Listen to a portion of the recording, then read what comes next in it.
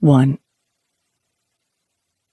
What if everything you see is more than what you see? The person next to you is a warrior, and the space that appears empty is a secret door to another world. What if something appears that shouldn't? You either dismiss it, or you accept that there is much more to the world than you think. Perhaps it is really a doorway, and if you choose to go inside, you'll find many unexpected things. Shigeru Miyamoto. Max Davenport was running, away from the press, away from social media, away from Mary Beth. Max Davenport was running home. The drive from Kansas City usually took 5 hours. Today, he'd made it in just over 4 hours and 14 minutes, to be precise.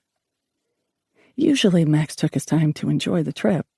He appreciated the gorgeous route along the western edge of the Ozarks, down into Tulsa's green country, and finally into the thick, lush terrain that gave Green Hills, Oklahoma, its name. Today, however, he simply wanted to get there, to a place of peace and tranquility where photographers didn't chase him, and where he could enjoy the slow pace of a small town and an empty house. He loved his life in Kansas City, he really did. From as far back as he could remember, he'd fantasized about playing professional football. Now, he got to live the dream. He'd earned the spot as the starting tight end for one of the most successful teams in the NFL. They'd won 2 of the last 3 Super Bowls, had a talented team with great camaraderie, and had managed to retain a fabulous coaching staff through the boom. It was fun, and it was fast-paced. It was also hard work, long hours, and very intense. On top of football practices, strength and conditioning workouts, mobility and yoga sessions, film study, game prep, and meetings, there were community service projects, media engagements, and more interviews than he could keep up with.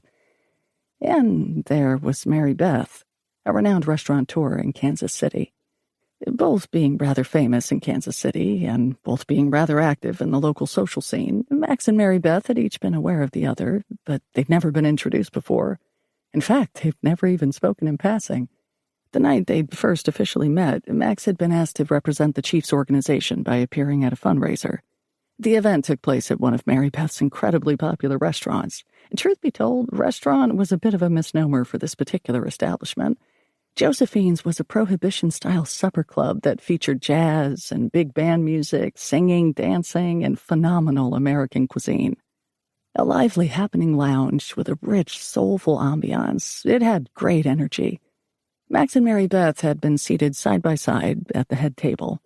They'd spent the evening talking and laughing throughout an amazing 7-course meal.